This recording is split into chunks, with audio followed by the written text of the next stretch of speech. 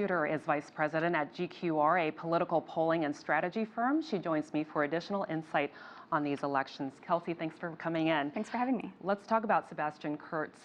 Why do you think he is popular? He didn't win a majority of the vote, but he's still pretty popular among voters. Sure, in parliamentary systems, majorities are, pretty unlikely, but he really had a good day with this outcome.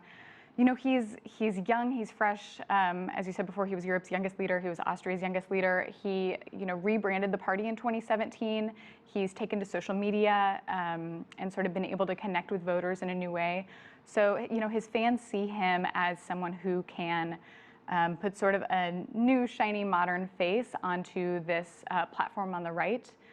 He's a little bit different from governments in Hungary and Poland who are occupying sort of a similar ideological space, but he's seen as sort of new and fresh in a way that some of his counterparts in the region are not. Natalie touched on this very briefly, but let's talk about the sting operation. This forced the leader of the far-right Freedom Party, not Kurz's party, to step down, caused this collapse of this coalition with Kurz's party.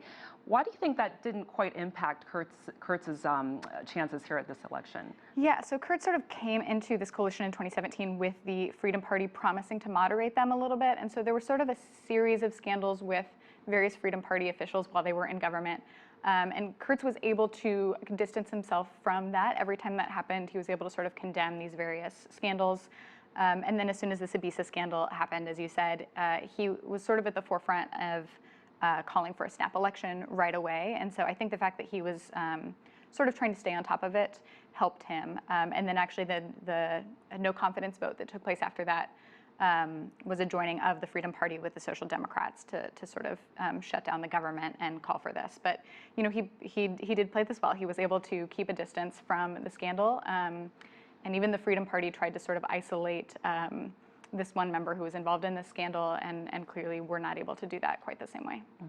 So what happens now? Kurz has his victory, but there's, as Natalie mentioned, the coalition to worry about. What do you think will happen now with that coalition? Yeah, I mean, if you had asked me last night, I would have said the most likely outcome would have been a Freedom Party with the People's Party, a return to this coalition.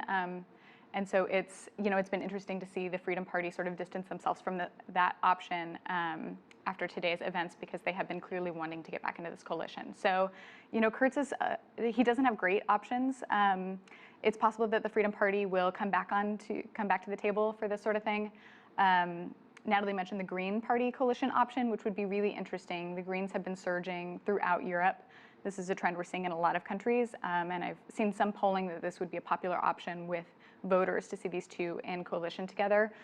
Kurz has been able to sort of shift his party around, and so he might be able to pull them back to the center to be able to make that work.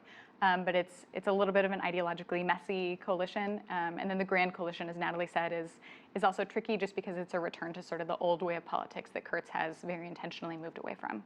A lot to watch, and a lot of negotiating going on, I'm sure, in the next few days. Definitely. Kelsey Suter with political polling and strategy firm GQR. Thank you so much for coming in. Thanks for having me.